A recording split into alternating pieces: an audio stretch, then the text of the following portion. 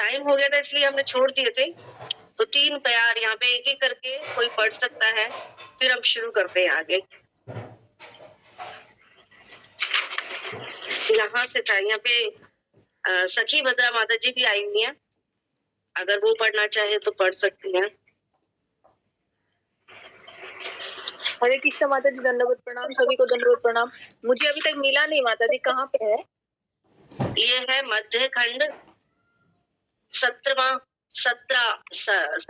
अध्याय और हमें पढ़ना है इसको 52 से ना जी। माता जी तब तक कोई और पढ़ लीजिए, तब तक कोई और पढ़ लीजिए, मैं बाद में और पढ़ लीजिए। जो भी बोले पढ़ने के लिए 52 से इसको पढ़िए। 1 2 3 पैर पढ़ना है। प्रभु बोले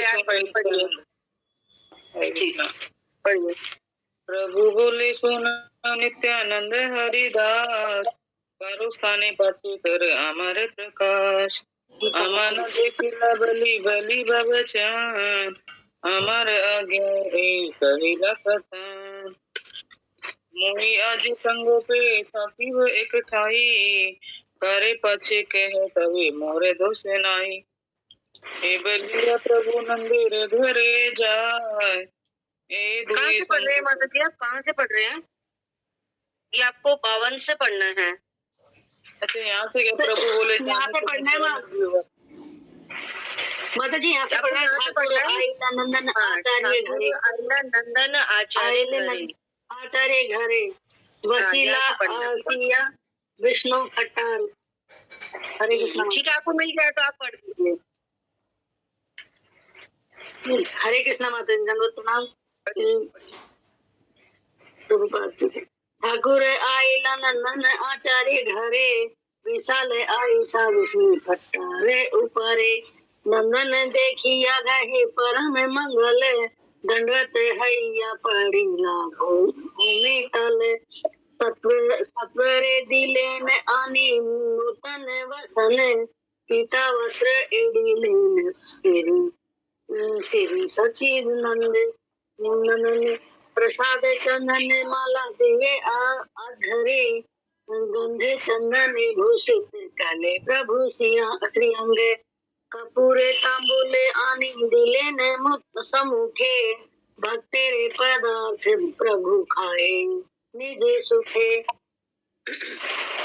पसारीला दुखे प्रभु नंदन सेवाए, सुकृत नंदन वसी तांबूल जोगाए, प्रभु बोले मोर वाके सुन है नंदन, आज तुम्ही आमारे करीवा संगोपन, नंदन बोले ये प्रभु ए बड़े दुष्कर, कोठा लुकाईवा तुम्ही संसारे भीतर, हृदय ठाकिया ना परिला लुकाईते, वदिते करिले क्षमा भक्त तथा एहिते, जे नारी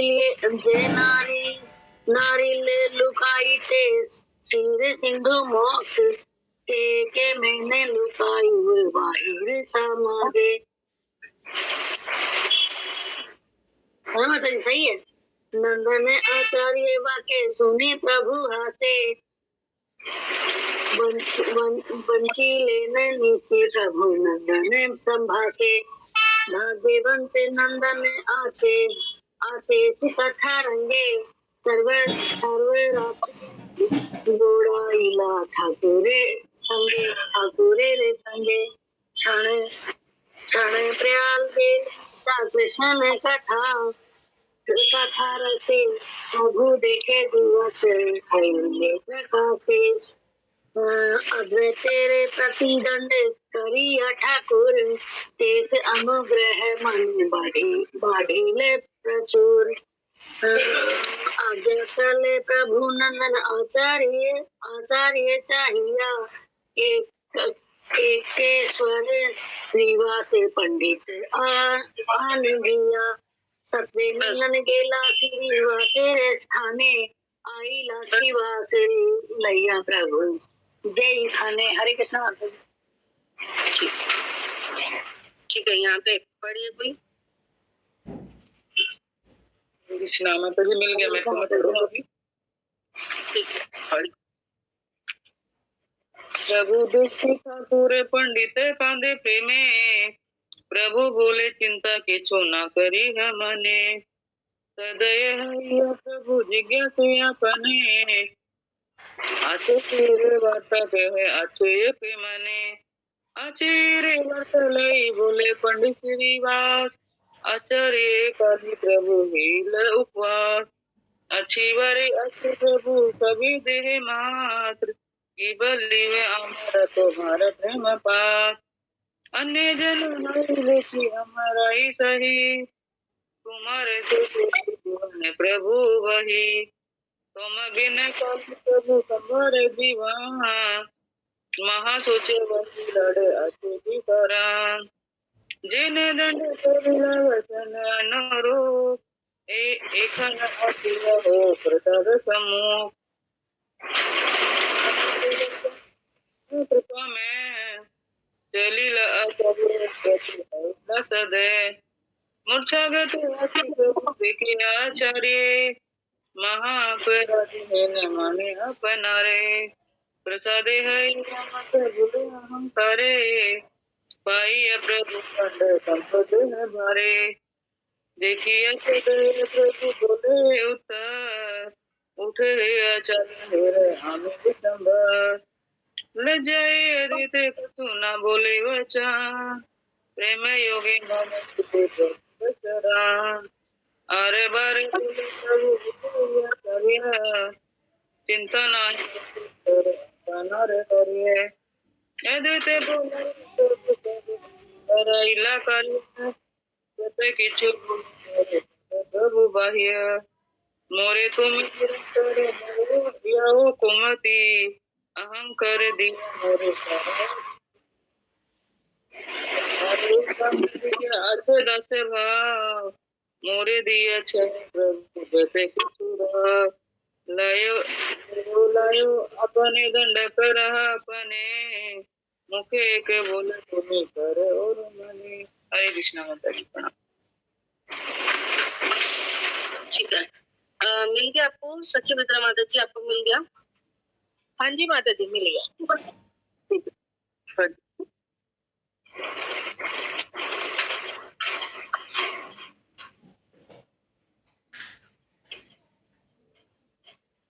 पढ़ना है क्या माता जी? जी जी, कहाँ तक पढ़ना है? ये पढ़ना है आपको 106 तक। ठीक है मैम, हरे कृष्ण। প্রাণ দেহ ধন মন সব তুমি মোর, তবে মোরে দুঃখ দেহ ঠাকুরালি তোর, হেন কর প্রভু মোরে মোরে দাস্য ভাব দিয়া, চরণে রাখো দাসী নন্দন করিয়া, শুনিয়া অদ্বৈত বাক্য প্রভু বিশ্বম্ভর, অকই তবে কহে সর্ব বৈষ্ণব ভিতর, শুনো শুনো আচার্য তত্ত্ব কই, ব্যবহার দৃষ্টান্ত দেখো তুমি এই, রাজপাত্র রাজস্থানে চালয়ে যখনে, দুয়ারি প্রহরী সব করে নিবেদনে, মহাপাত্র যদি গোচরিয়া রাজস্থানে, জীব লই দিলে রহে গোষ্ঠীর জীবনে, যে মহাপাত্রের স্থানে করে নিবেদন, রাজা আজ্ঞা হইলে কাটে সেই সব জন,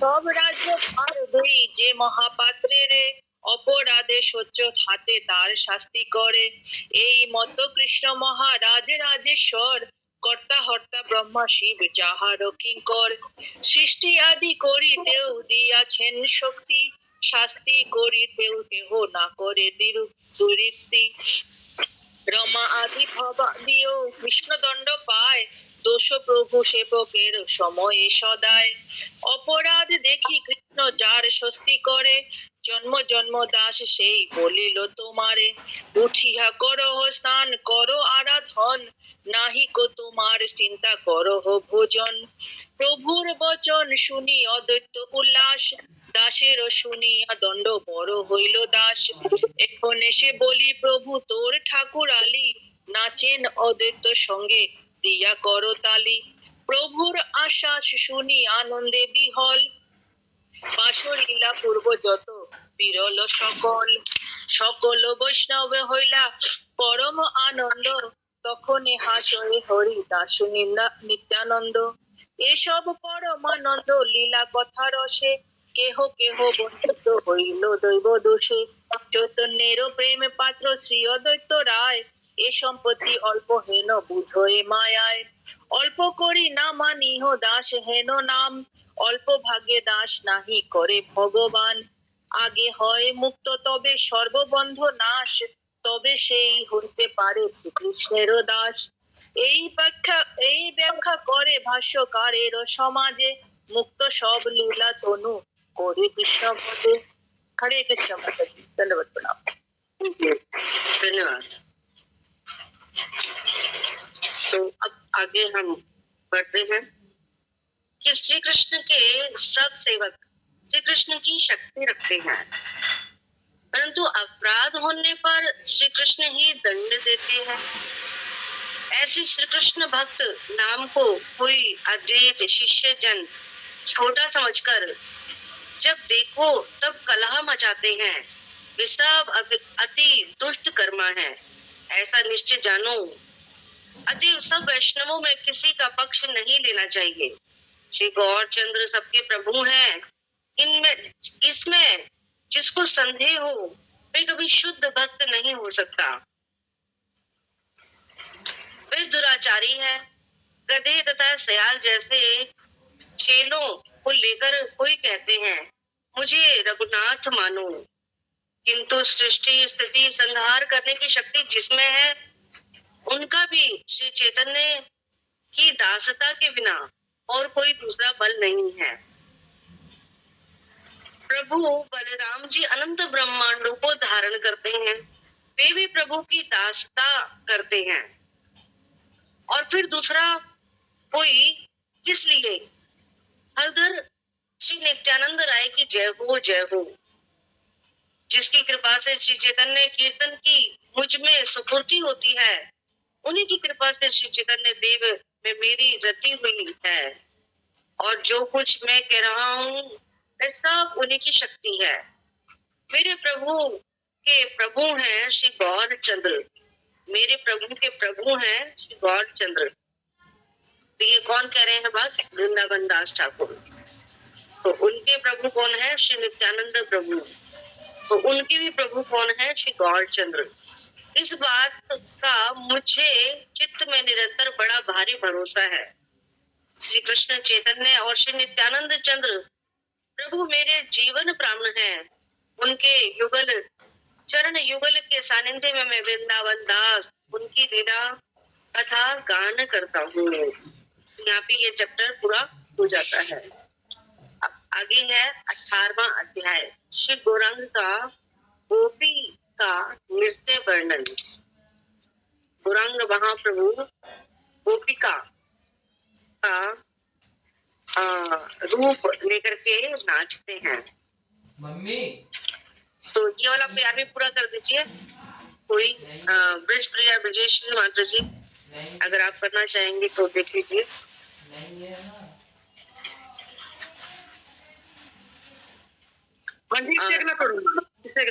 अच्छा, दो देर को पढ़ेंगे। यहाँ पे प्रीति किसका नाम लिखाइए? प्रतीक। हरे कृष्ण माता जी मैं पढ़ दीजिए। जी माता। फिर अगला चैप्टर शुरू होगा हमारा 18वां अध्याय। हरे कृष्ण माता जी, प्रणाम सब भक्तों को प्रणाम। से चेतन की कृष्ण सेवक कृष्ण भक्ति धारे, अपराध हरि लोए कृष्ण शांति करे। होन कृष्ण भक्त नामे कौन शिष्य गण, अल्पहीन ज्ञान द्वंद करे अनुष्ठान। से सब दुष्कृति अति जानी ही निश्चय, जाते साई विशंबर पक्ष नहीं लय। सर्व प्रभु गुरु चंद्र यो दियाचार, कमु शुद्ध भक्त नहीं से दुराचार। सिंगार दुल्ले शिष्य गण लैया, केहू बोले आमी रघुनाथ भाव गिया। सृष्टि स्थित प्रलय कपि कपित क्या क्या चैतन्य दास तव यही बल नहीं और अनंत ब्रह्मांड धरे प्रभु बलराम सेयो प्रभु दक्ष करे के वहयान जय जय जय जय जय हल हल धरे नित्यानंद राय चैतन्य कीर्तन सपुर जोहार कृपा तोहारे प्रसादे है चैतन्य रति जाते किछु बलि सब लहर शक्ति हमारे त्रिपुर प्रभु गौर सुंदर चिते धरी निरंतर श्री कृष्ण चैतन्य नित्यानंद चांद जान वृंदावन दास तछु पद युगे गान। हरे कृष्णा। ठीक है, धन्यवाद। तो जगन मंगल श्री गौर चंद्र की जय हो जय हो। हे प्रभु, अपने श्री चरण युगल मेरे हृदय में अर्पण करो। श्री नित्यानंद स्वरूप के प्राण श्री गौर चंद्र की जय हो जय हो। भक्त वत्सल पुण्य धाम गौर की जय हो जय हो। भक्त मंडली के सहित श्री गौर चंद्र की जय हो जय हो। श्री चैतन्य चंद्र की कथा सुनने से भक्ति प्राप्त होती है। इस प्रकार प्रभु विशंभर राय सदा संकीर्तन का ही सुख लेते हैं। जिस प्रकार प्रभु ने लक्ष्मी वेश में नृत्य किया था, मध्य कंड की वह कथा भाइयों मन लगाकर सुनो। एक दिन प्रभु सबसे बोले, आज मैं नाटक के नियम के अनुसार नृत्य करूंगा। अंक नाट्य शास्त्र का एक परिभाषित शब्द है। अंक एक प्रकार का दृश्य काव्य है, जैसे एकांक नाटक, पंचांग नाटक।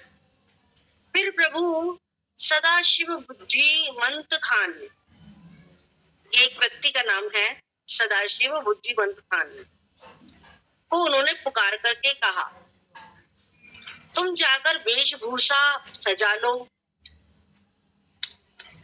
और सबको यथा योग्य शंख की चूड़ी, चोली, रेशमी साड़ी, आभूषण आदि पहनाकर वेश सजाओ।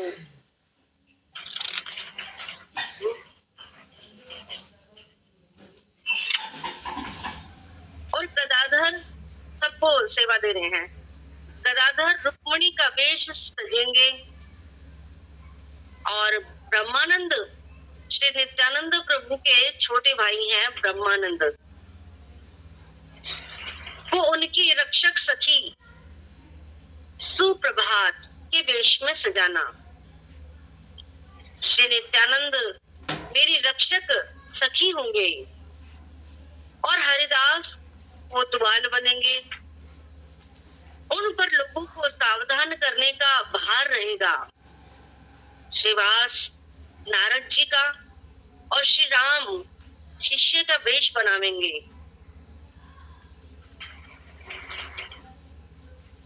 इतने में श्रीमान बोल उठा,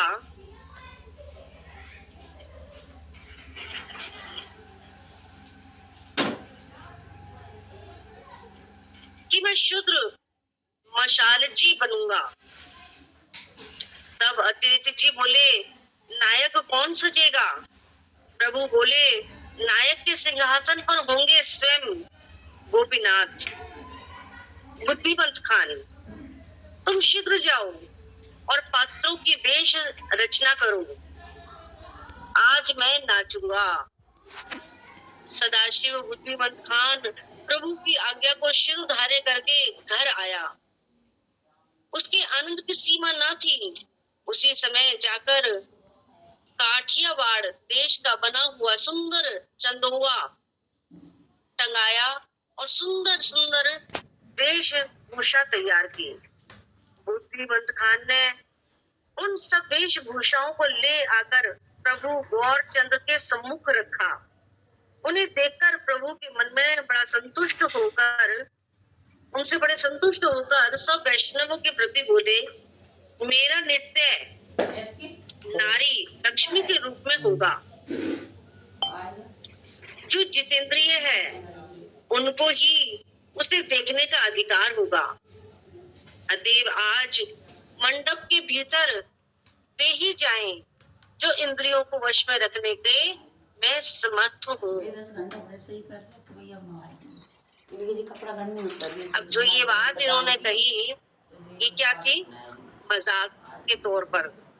तो आज प्रभु लक्ष्मी जी के वेश में नाटक में नृत्य करेंगे। यह सुनकर तो सब वैष्णव में बड़ा आनंद हुआ। परंतु अंत में प्रभु ने जो बात जोर दे करके कही उसे सुनकर के सब उदास हो गए। क्या कहा था उन्होंने? कि जिसका इंद्रियां वश में हो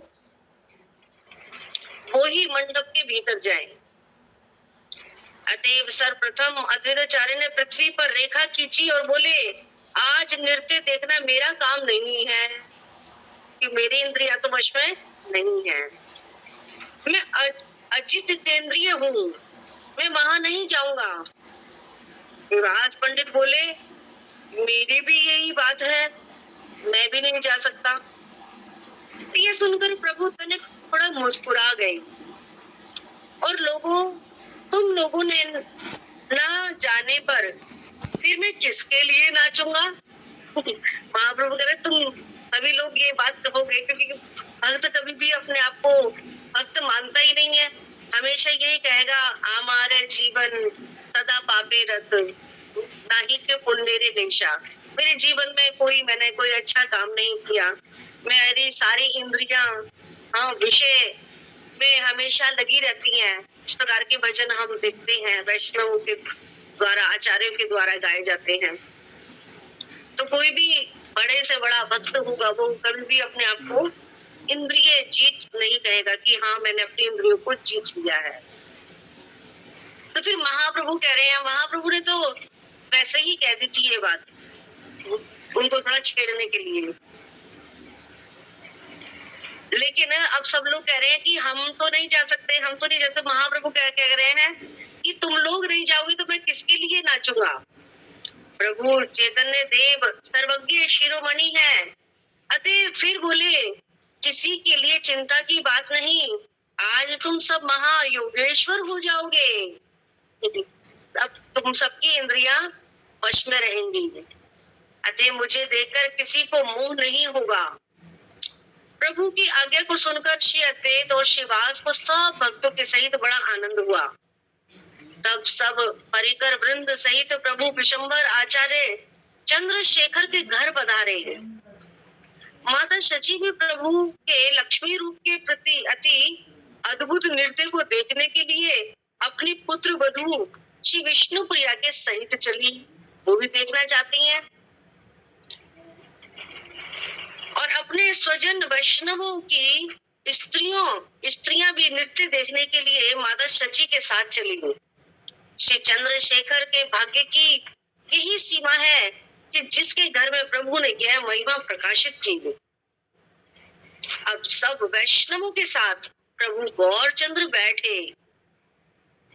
आपने सबको अपना अपना श्रृंगार करने के लिए कहा और श्री अद्वैत ने हाथ जोड़कर बार बार कहा, प्रभु मेरे लिए कौन सा वेश बनाने की आज्ञा है? प्रभु बोले, सब वेश तुम्हारे ही तो हैं, जैसी तुम्हारी इच्छा हो वैसा ही अपना वेश बना लो। श्री अद्वैत, वो तो बाहर की शुद्ध बुद्ध कुछ ना थी, फिर वे कौन सा वेश बनाते? वे शांतिपुर नाथ तो बोही टेढ़ी कर के नाचने लगे और समस्त भावों को प्रकट करते हुए वे एक बड़े भारी विदूषक मस्खरे की भांति नाचने लगे और आनंद सागर में निमग्न होकर के डोलने लगे। वहां सर्वत्र कृष्ण नाम का महाकोलाहल मच गया और वैष्णव जन सब आनंद में विहल हो उठे।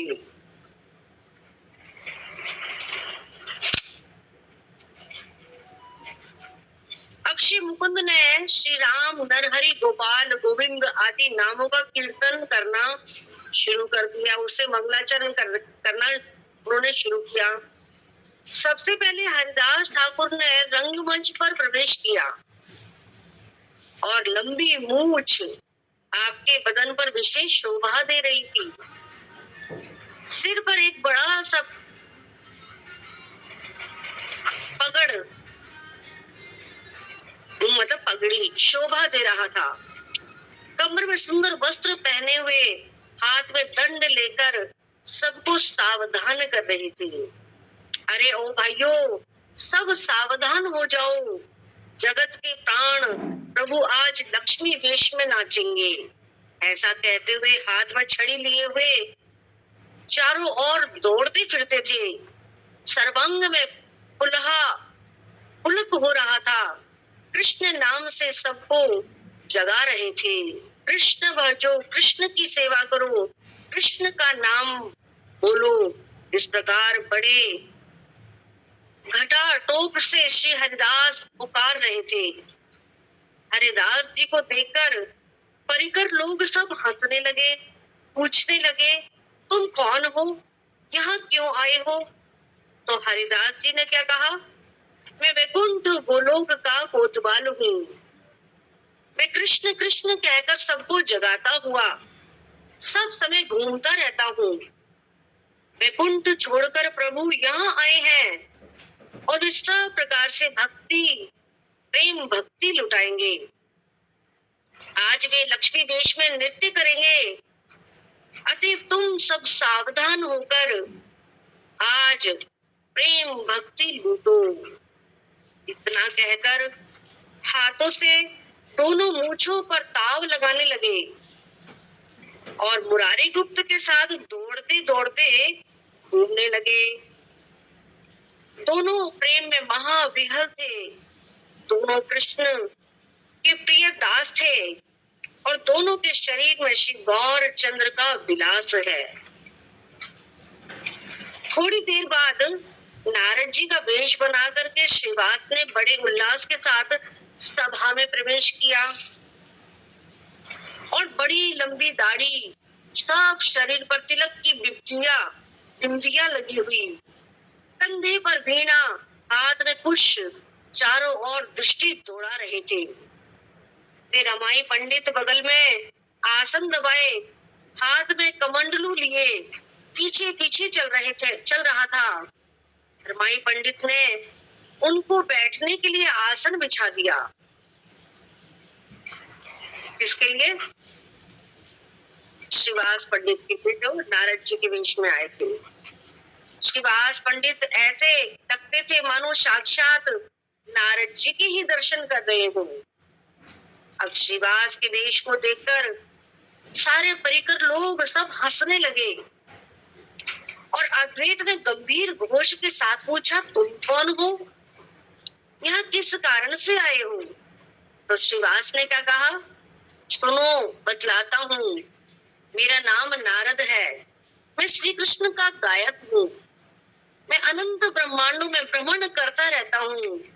मैं श्री कृष्ण के दर्शन के लिए वैकुंठ गया था। वहां जाकर सुना कि श्री कृष्ण नदिया नगर में आए हैं और मैं वहां वैकुंठ के सब घर द्वार शून्य देखे। उसमें न गृहिणी थी, न गृहस्थ थे और न ही कोई परिवार था। वैकुंठ को शून्य देखकर मैं वहां न रह सका। अतएव अपने प्रभु का स्मरण करता हुआ वहां से चला आया हूँ। प्रभु आज लक्ष्मी वेश में बनकर यहाँ नाचेंगे, अतः मैं इस सभा में आया हूँ। श्रीवास नारद के निष्ठा के वचन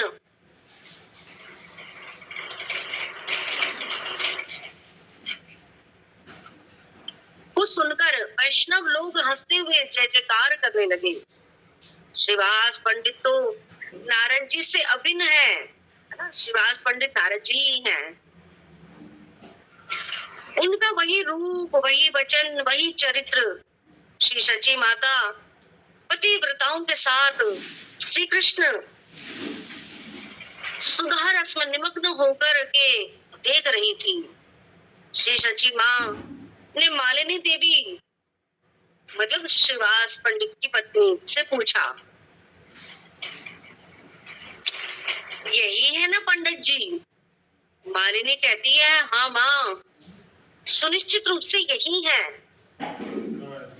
परम वैष्णवी सर्वलोक माता सची माँ श्रीवास की मूर्ति को देखकर विस्मित होकर के आनंद में मूर्छित हो गई।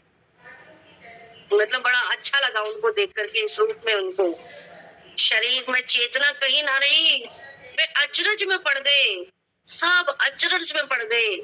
सब पतिव्रता स्त्रियां बड़ी शीघ्रता करके उनके कानों में कृष्ण कृष्ण नाम सुनाने लगी। सची माँ सचेत होकर गोविंद गोविंद कहने लगी। तो जब उनको इतना आनंद हो गया तो वो उस आनंद के कारण वो मूर्छित हो गई। तो सारी जो स्त्रियां थी, पतिव्रताएं स्त्रियां थी, उन्होंने कृष्ण कृष्ण कह करके उनके कान में उनको जगाया, उनकी मूर्छा को तोड़ा और फिर वो गोविंद गोविंद कहकर कहते हुए उठी। कितना सुंदर है। हाँ, जब चेतना आती है तो कृष्ण का नाम लेना चाहिए। चेतन तो हम रहते हैं हमेशा। जैसे कि रात को अगर सो रहे हो तो उस हमें आदत अभ्यास कर लेना चाहिए इसका। देखिए, इससे खुद अपने आप को ही रियलाइज होगा, एक बड़ा शुद्धिकरण का रियलाइजेशन होगा। अभी हमें मान लीजिए आदत नहीं है गोविंद गोविंद कहने की, कृष्ण कृष्ण कहने की, लेकिन अगर इसका हम थोड़ा अभ्यास भी कर लेते हैं ना, तो देखना खुद को ही बहुत आनंददायक लगेगा। खुद को अपने आप में ही एक शुद्धिकरण सा लगेगा। जैसे ही हमारी आंख खुली, हम कृष्ण कृष्ण कहते हुए उठे, गोविंद गोविंद कहते हुए उठे, देखिए पूरा दिन कितना अच्छा जाएगा और कितना अच्छा लगेगा। अपनी ही जीवा से बोल करके, हाँ, और उसको देखिए खुद जब उसको रियलाइज करेंगे ना तो अपने आप ही आनंदित हो उठेंगे। कभी करके देखिएगा इसको, इसका अभ्यास डाल करके देखिएगा, बहुत आनंद आएगा ऐसा कहने से। तो शरीर में चेतना कहीं ना रही, सब अचरज में पड़ गए। सब पतिव्रता स्त्रियां बड़ी शीघ्रता करके उनके कानों में कृष्ण कृष्ण नाम सुनाने लगी। सची माँ सचेत तो होकर गोविंद गोविंद कहने लगी। पतिव्रता गण माता को पकड़ रही थी परंतु संभाल नहीं पाती थी। इस प्रकार क्या घर क्या बाहर, सब लोगों को बाहर की सुध बुध न थी, सब रो रहे थे। प्रभु विशंबर घर भीतर में, प्रभु विशंबर घर भीतर में अपना रुक्मणी वेश सजा रहे थे और रुक्मणी को के भाव में एकदम तन्मय हो गए थे। श्री रुक्मणी के आवेश में प्रभु अपने को भूल गए, अपने को विदर्भ राज की कन्या ही मानने लगे थे। वे स्वयं अपने नेत्रों के जल से पत्र लिखने लगे और पृथ्वी थी पत्र और अंगुली कमल थी। पृथ्वी पर ही वो लिखने लगे उंगली से। और श्री रुक्मणी के पत्र के जो 7 श्लोक जो श्रीमद् भागवतम में है, प्रभु उन्हें रोते रोते पढ़ रहे थे। उन 7 श्लोकों की व्याख्या गीता के रूप में सुनिए, अच्छा गीत के रूप में सुनिए। उनके सुनने से श्री कृष्ण स्वामी रूप प्राप्त होते हैं। हे प्रभु सुंदर, हे भुवन सुंदर, आपके गुणों को सुनते सुनते वे गुण कानों के द्वार से हृदय में प्रवेश करके भक्तों का अंग ताप हर लेते हैं। कितने सुंदर यहाँ पे वो श्लोक बताए गए हैं। क्या कह रहे हैं? हाँ, श्लोक भी दिया गया है ऊपर। हे भुवन सुंदर, आपके गुणों को सुनते सुनते, है ना, रुक्मणी जी ने क्या किया था? केवल सुना ही था उनके बारे में, उनको देखा नहीं था। केवल सुनती थी उनके बारे में। सुनते सुनते वे गुण कणों के द्वार से हृदय में प्रवेश करके भक्तों का अंग ताप हर लेते हैं। और जिनके नेत्र हैं, आपका रूप देखकर उनकी दर्शन इंद्रिया हमें अखिल अर्थ लाभ हो गया, ऐसा मानती है। हे अच्युत, मेरा चित्त भी आपके उन्हीं गुणों रूप की कथा सुन सुनकर लज्जा को तिलांजलि देकर आप में प्रवेश कर रहा है, आविष्ट हो रहा है। अब इसका भावार्थ समझिए। हे सुंदर, हे भुवन सुंदर, आपके गुणों को सुनकर दुष्कर विधि अंग ताप दूर हो गए हैं। आपके गुणों को सुनकर के दुष्कर त्रिविध अंग ताप जो में तपाते हैं, और आपका रूप दर्शन सर्वनिधि की प्राप्ति है। विधाता ने जिसको नेत्र दिए हैं वे सुख से आपके रूप के दर्शन करते हैं। हे यदु सिंह, आपके यश की गाथा सुनकर चित्त निर्लज होकर आपके पास चला जाता है। जगत में ऐसी कौन कुलवती धीर धर्म व्रत नारी है जो समय विवाह का अवसर पाकर आपके चरणों के सेवन न करे। आपके बिना विद्या कुल शीर धन रूप वेश नाम आदि सब व्यर्थ है। हे देवताओं के नाथ, मेरी दृष्टता को क्षमा कीजिए। मैं अपने चित्त को रोक नहीं सकती, वह आप में मिला जा रहा है। इसलिए मैंने आपके युगल चरणों को वर्ण कर लिया है। मैं अपना मन प्राण बुद्धि सब आपको अर्पण कर चुकी हूँ। अब मुझे पत्नी पद देकर अपनी दासी बना लो। आपके भाग्य का भोगी शिशुपाल न होने पाए, आपके भाग्य का भोगी शिशुपाल न होने पाए। हे नाथ, कृपा करके मुझे ग्रहण करो। देखो, सिंह का भाग सियार को न मिल जाए। यद्यपि मैंने व्रत दान किए हो, गुरु विप्र तथा देवताओं की पूजा की हो, आप अच्युत के चरणों की सेवा सचमुच ही की हो, तो श्री कृष्ण मेरे प्राणेश्वर हो और शिशुपाल दूर हो जाए। यही वरदान मुझे दीजिए। कल मेरे विवाह की बात है, आप आज ही शीघ्र जाओ, ऐसा ना हो कि देर करो। पहले तो आप गुप्त रूप से आकर विदर्भ पूर्व के समीप रहिए, फिर सब सेना सामंत के साथ लोक सजा समाज के सामने आना। शिशुपाल शाल्व जरासंध आदि सबको मत कर अपना बाहुबल दिखाकर मुझे हर ले जाएंगे। हे प्रभु, दर्प प्रकाश करने का समय यही है। आपकी प्रिया शिशुपाल की योग्य नहीं है। बंधु बांधवों के वध किए बिना जैसे मुझे हर सकोगे, उसका उपाय मैं आपके चरणों में निवेदन करती हूँ। मतलब मेरे को लेने के लिए आप कोई खून खराब भी मत करना। तो ये आपके चरणों में निवेदन कर रही हूँ। हमारा कुल धर्म ऐसा ही है कि विवाह से एक दिन पहले नववधु पार्वती जी के पास जाती है। हे प्रभु, उसी अवसर पर मुझे हर लीजिए, परंतु बंधुओं को नहीं मारना। सबके दोषों को आप क्षमा कर देना। जिनकी चरण धूलि से सर्वांग स्नान की चाहना उमापति और अन्य सब महानुभाव करते हैं, उस धूलि की कृपा यदि मुझ पर ना करोगे तो मैं आपसे कह देती हूँ कि मैं व्रत करके मर जाऊंगी। जितने जन्मों तक आपके अमूल्य चरण नहीं मिलेंगे, उतने जन्मों तक हे कमल लोचन सुन लो, मैं व्रत करके करके मरती जाऊंगी।